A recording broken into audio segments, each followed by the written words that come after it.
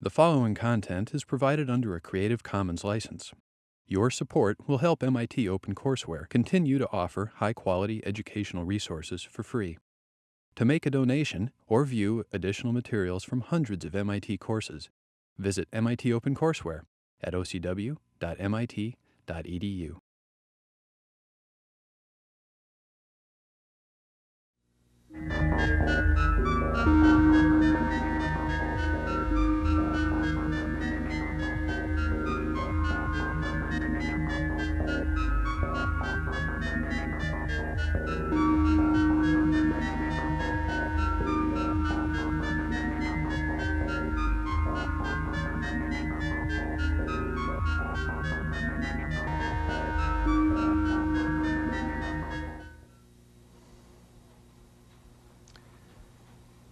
Well, last time we had discussed in a very general way the field of digital signal processing, and hopefully one of the things that you were convinced of was the importance of this set of techniques in a general sense. What we'd like to begin on now is a discussion of some of the details of digital signal processing, and in particular, in this lecture, I would like to introduce the class of discrete time signals and also the class of discrete time systems. Well, last time I reminded you that I will be assuming a familiarity with continuous time signals and systems. And what you'll see as we go through this lecture, and in fact as we go through all of these lectures, is a very strong similarity between the results that you're familiar with in the continuous time case and results that will develop for the discrete time case. Obviously, of course, there will also be some differences, and these differences are important, and they'll be important to focus on. So there will be a great deal of similarity, also a few differences, and these few differences are very important. In the discrete time domain, we're concerned with processing signals that are sequences. That is, these signals are functions of an integer variable, which we'll call n. Typically, we'll depict sequences graphically, as I've illustrated here on this first view graph, where I've denoted a general sequence, which I call x of n, a function of the integer variable n, and the sequence values I've represented by a bar graph with the height of each bar corresponding to the sequence value. So we have then, for example, at n equals 0, a line of height x of 0, at n equals 1, a line of height x of 1, etc.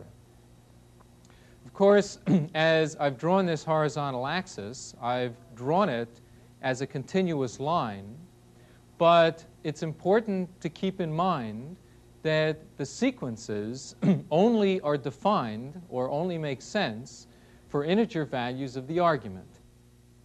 If n is an integer, then x of n makes sense. If n is not an integer, it's not just that x of n is 0 or something like that. It's simply that x of n is not defined. In other words, x of n makes sense or is defined for n an integer, and does not make sense or is not defined if n is not an integer. So this then is a graphical representation of a general sequence. And just as in the continuous time case, we have a number of important basic sequences that we would like to focus on. The first of these that I'd like to introduce is the unit sample or impulse sequence, which we'll denote by delta of n. The unit sample sequence is a sequence whose value is unity at n equals 0, and it's equal to 0 otherwise. That is, delta of n equals 1 at n equals 0, and delta of n is equal to 0 for n not equal to 0. The unit sample sequence plays the same role in the discrete time case that the unit impulse time function plays in the continuous time case. Let me just mention, however, that the unit sample sequence is very easily defined. There's no issue here about the definition, in contrast with the usual mathematical problems with a continuous time impulse, which is infinitely big at the origin and 0 every place else, but has some area, etc. So there's a very precise definition here of the unit sample or unit impulse sequence, and it will play a role similar to the unit impulse time function in the continuous time case. Another important basic sequence is the unit step sequence, which I'm denoting by U of n. And the unit step sequence is equal to unity for n greater than or equal to 0, and it's equal to 0 for n less than 0. So the unit step sequence then is 0 for n less than 0. It's unity for n greater than or equal to 0. This shouldn't be, incidentally, less than or equal to 0. This should be n less than 0. And it is, again, does not have the difficulties in definition that a continuous time unit step normally has. It's the change in value from n equals minus 1 to n equals 0 is precisely and easily defined. Here the unit step is 0. Here the unit step is 1. There's no issue, as there is in the continuous time case, about discontinuity. Just as in the continuous time case, there's a simple relationship between the unit sample, unit impulse and the unit step. In the discrete time case, there's likewise a simple relationship between the unit sample sequence and the unit step sequence. In particular, the unit sample sequence can be obtained from the unit step sequence by constructing the first difference. The unit sample sequence, delta of n, is equal to U of n, the unit step, minus the unit step delayed by one sample. And we can see that that obviously is the case if we look at the unit step sequence U of n. Here we have the unit step sequence delayed by 1. So this occurs at n equals 0. This is n equals 1. And clearly, the difference between those two will generate a sample at n equals 0, 0, of course, for n less than 0, and 0 likewise for n greater than 0, because these sequence values will be canceled out by those sequence values. So the unit sample sequence is the unit step minus a delayed unit step, or the unit sample sequence is equal to the first difference of the unit step sequence. Similarly, we can obtain the unit step sequence from the unit sample sequence by constructing a running sum. In particular, the unit step sequence is equal to a running sum of the unit sample sequence. In other words, we're constructing here a sum from k equals minus infinity to the independent variable n of the sequence delta of k. Here we have the sequence delta of k.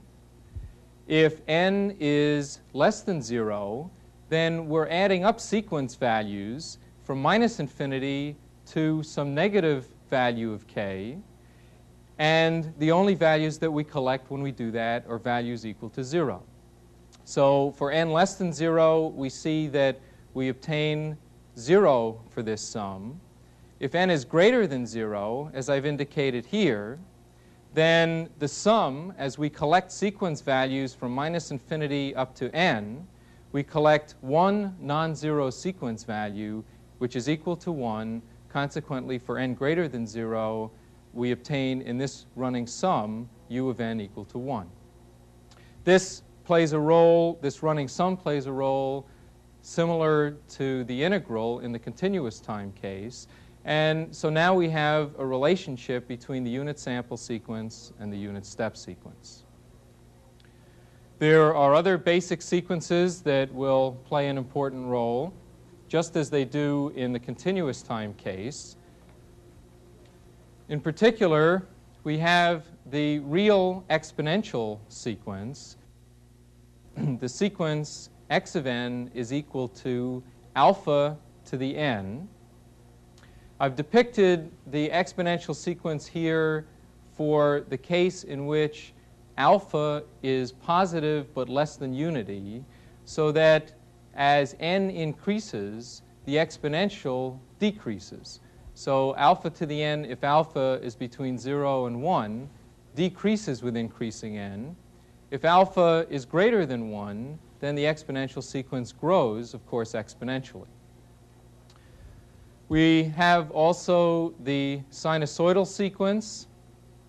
The general form of the sinusoidal sequence is x of n is equal to a cosine omega 0 n plus phi. Phi is a phase angle. Omega 0 we'll refer to as the frequency. A, of course, is the amplitude. I've illustrated a sinusoidal sequence here for a particular choice of omega 0 and phi, namely omega 0 equal to pi over 4 and phi equal to minus pi over 8. And in looking at this, we see that we get a periodic sequence. That is, for this choice of parameters, this sequence is periodic. However, an important distinction between the continuous time case and the discrete time case is that a discrete time sinusoidal signal is not necessarily periodic. In particular, I've illustrated here another sinusoidal sequence with a different choice for omega 0 and phi. In this case, omega 0 equal to 3 pi over 7. With that choice of omega 0, these are the sequence values we obtain. And it should be obvious by examining this sequence that this sequence is no longer periodic, whereas this sequence was. So the sinusoidal sequence may or may not be periodic. Of course, let me remind you that if n was allowed to vary continuously, if it was not an integer variable, x of n would be periodic. The periodicity is lost because n is now constrained to be an integer variable. And that is one of the important distinctions between continuous time signals and systems and discrete time signals and systems. Another point which I'll suggest now, although it's a point that I'll want to refer to in more detail in some of the future lectures, is that the sinusoidal sequence is only distinguishable as omega 0 runs from over the range 0 to 2 pi or minus pi to pi. If omega 0, if we were to replace omega 0 by omega 0 plus 2 pi, then we would have in this argument omega 0 n plus 2 pi n. The 2 pi n, of course, would have no effect, and we'd end up with the same sequence. So, in fact, as we varied omega 0 between minus pi and plus pi, we'll have seen all of the sinusoidal sequences with this amplitude and this phase that we can possibly generate. One of the important aspects of this set of basic signals is that they can be used to represent a more general class of signals. Just as in the continuous time case, we use impulses, or we use complex exponentials, or we use sinusoids to represent very general signals, we can develop similar representations here. Let me illustrate this with an example where I consider a general sequence, here x of n, The sequence values are x of 0, x of 1, x of 2, etc. And I mean to suggest here a very general sequence. Now, I can decompose this sequence into a linear combination of weighted delayed unit samples, unit sample sequences, by simply extracting individual sequence values out of x of n. For example, let's consider the sequence x of 0 times delta of n, as I've illustrated here. X of 0 times delta of n is equal to the original sequence x of n at n equals 0, and it's equal to 0 otherwise. A second sequence, x of 1 times delta of n minus 1, is a unit sample sequence delayed by 1 and having an amplitude equal to x of 1. So this sequence is equal to this one at n equals 1, and it's equal to 0 otherwise. The sum of these two, of course, is equal to this x of n at these two values and equal to 0 otherwise. Similarly, we can consider x of minus 1 times delta of n plus 1. That's a unit sample at n equals minus 1 with an amplitude of x of minus 1, which picks up this sequence value. X of minus 2 times delta of n plus 2 is a unit sample at n equals minus 2 multiplied by an amplitude x of minus 2, which picks up this sequence value, etc.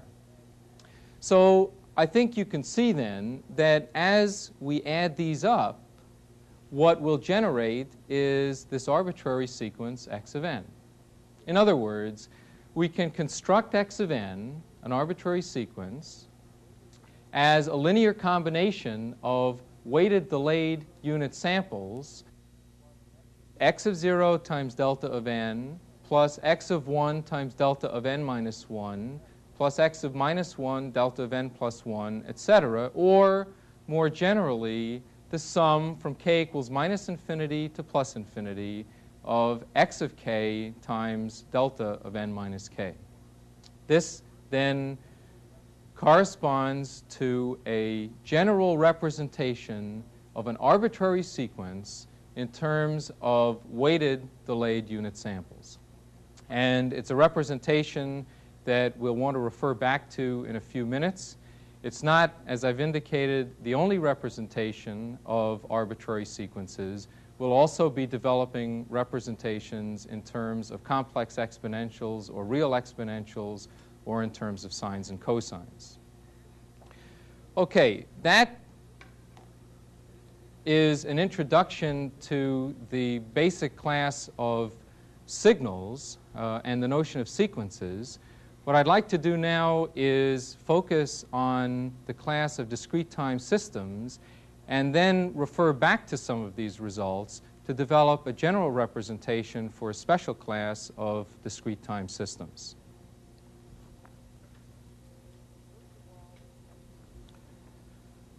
First of all, let me begin with a general system, which is a discrete time system.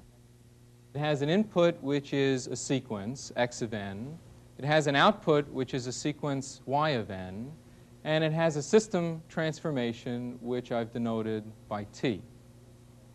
Of course, there isn't much that you can do with a general system.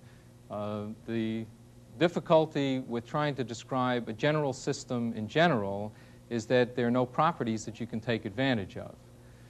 So always in characterizing systems, it's useful to specialize the class of systems. That is, impose properties on the system which you can exploit to represent the system or to implement the system, etc. The special class that we'll want to consider is the class of systems which are first of all linear and second of all shift invariant. And this class corresponds in the continuous time case to the class of systems that we normally refer to as linear and time invariant, We'll tend to refer to these as linear and shift invariant, and for a shorthand notation, just express this as LSI. When I refer to an LSI system, what I mean is a system that is linear and shift invariant. Well, let's define these terms. First of all, linearity. Linearity states that if I excite the system with a sequence x1 of n, and I get at the output a sequence y1 of n, and if I excite with x2 of n and get at the output y2 of n, then the condition of linearity is that the linear combination ax1 of n plus bx2 of n produces at the output ay1 of n plus by2 of n. That is, the response of the system to a sum of inputs, or a linear combination of inputs, is a linear combination of the corresponding outputs. Now, by repeated application of just this statement, we can make a more general statement, which is that the sum of a sub k times x sub k of n produces as an output the sum of a sub k times y sub k of n.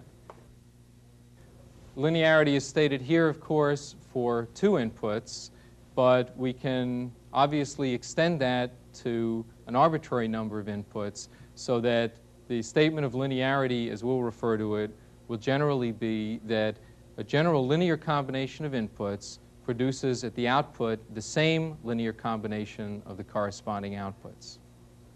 So that's the condition of linearity. The second condition that we want to impose on our class of systems is the condition of shift invariance. What shift invariance says simply is that if x of n produces y of n, then x of n minus n0 produces y of n minus n0. It's basically a statement that the system doesn't particularly care what you call n equals 0. In other words, if we shift the input in n, we shift the output in n. It's exactly like the condition of time invariance in the continuous time case. For example, if we excited the system with a unit sample to get the unit sample response, h of n, then the response of the system, if the system is shift invariant, to a delayed unit sample is the delayed version of the unit sample response. So this is shift invariance. We had the condition of linearity. These are two independent conditions which we'll now want to put together to develop a general representation for linear shift invariant systems. Well, let me remind you from the last view graph that we had looked at that we had a general representation for a sequence in terms of weighted delayed unit samples.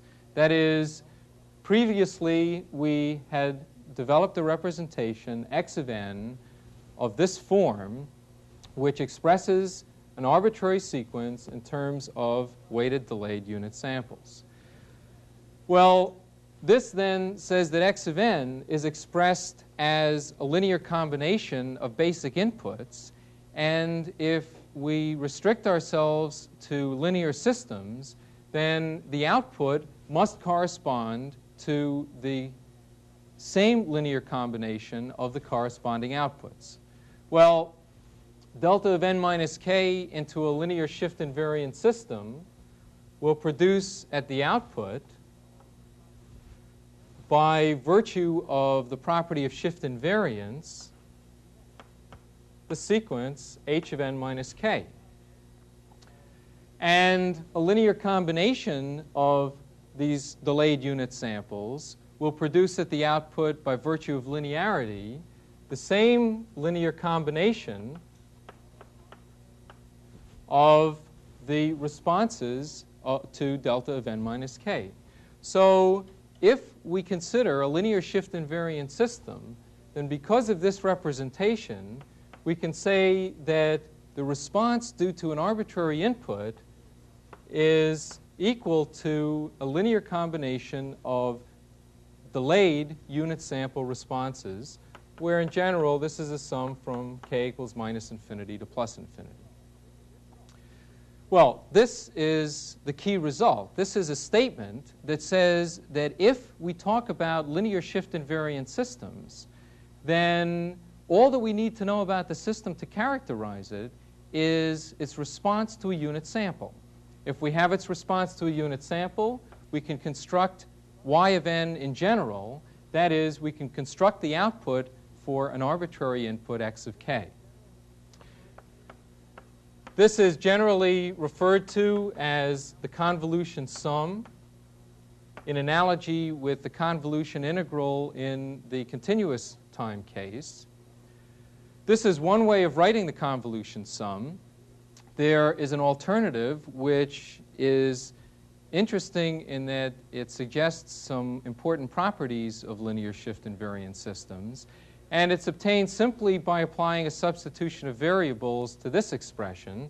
In particular, suppose that we replace n minus k by the variable r, or equivalently, k is equal to n minus r.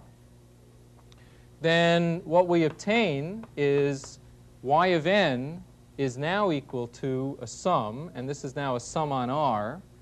For k, we have n minus r, so this is x of n minus r times h of n minus k, which is equal to r, so this is h of r.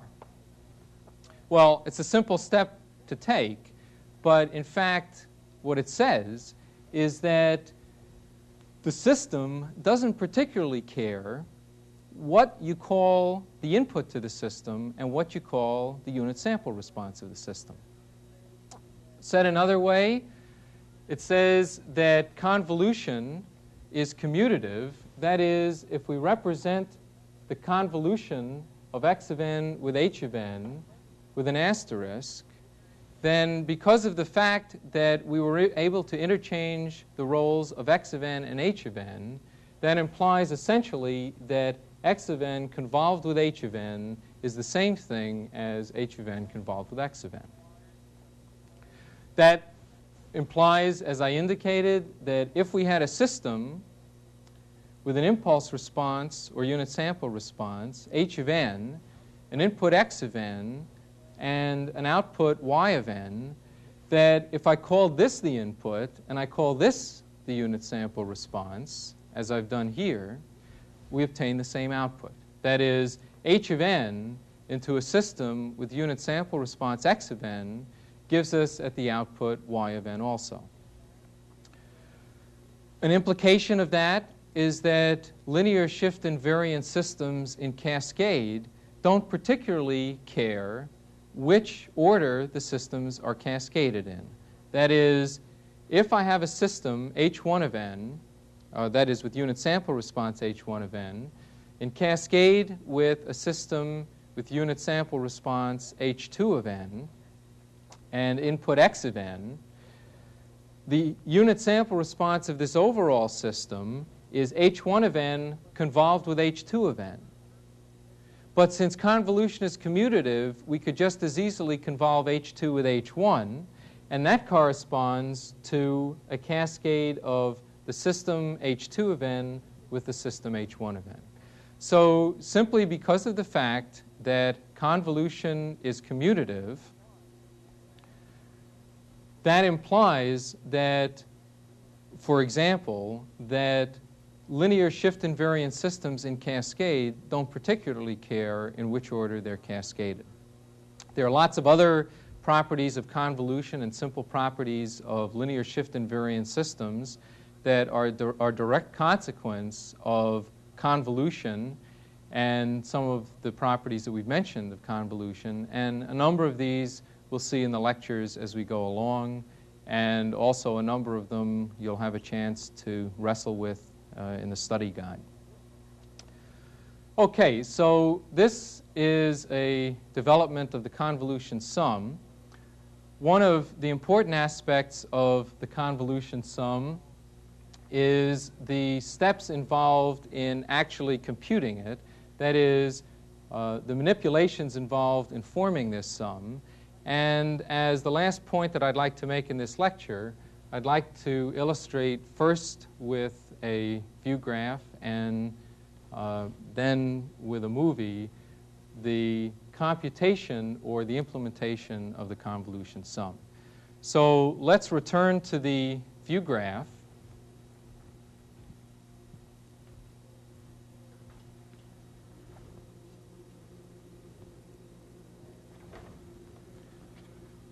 And I've indicated here, again, the convolution sum as we've derived it.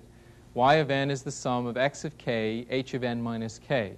Now, in implementing the convolution sum, let me stress that it is n, which is the independent variable for which we're computing the output. That is, k is just simply a dummy variable inside this summation.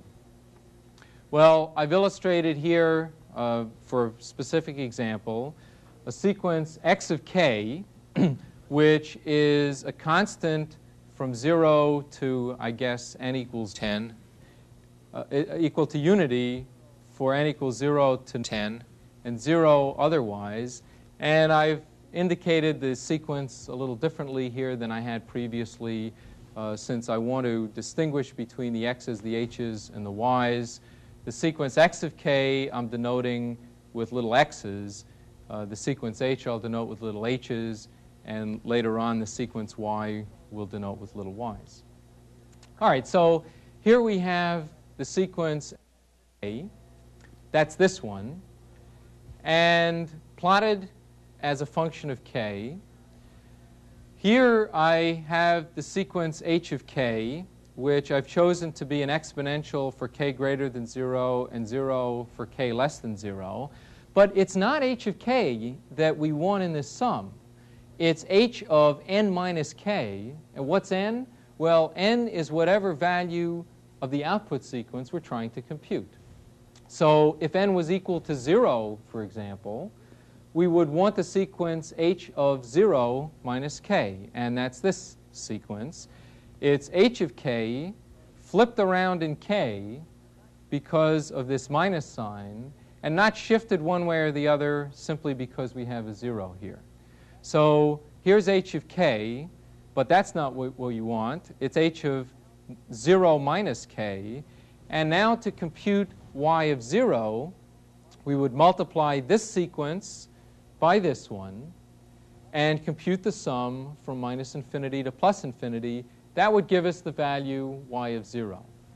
For a different value of n, we would have to look at h of n minus k for whichever value of n we were computing this for. For example, if n is equal to minus 4, the sequence that we want is h of minus 4 minus k, and that is this sequence shifted to the left by 4.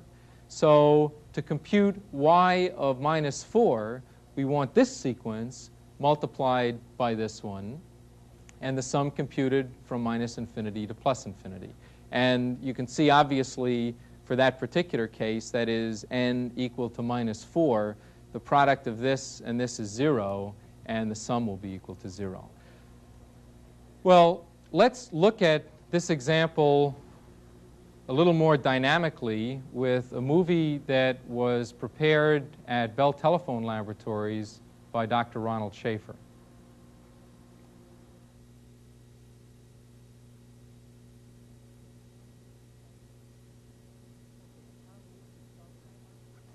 Okay, the convolution sum then we have as the sum of x of k, h of n minus k. And so what we would like to illustrate is the operation of evaluating this sum.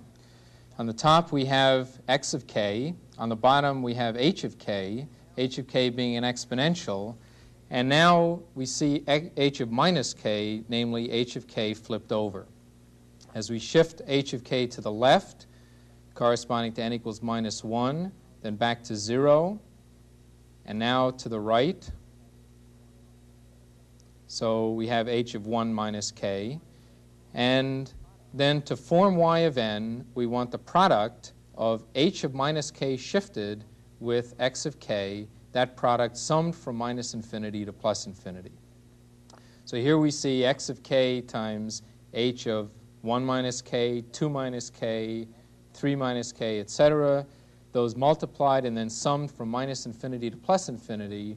We see during this portion that more and more values of h are engaged with non-zero values of x, and so y of n grows until we reach the point where values fall off the end of the non-zero values of x, where y of n decays. So this then is an illustration of the linear convolution of x of k with h of k. Okay, this completes our introduction to discrete time signals and systems.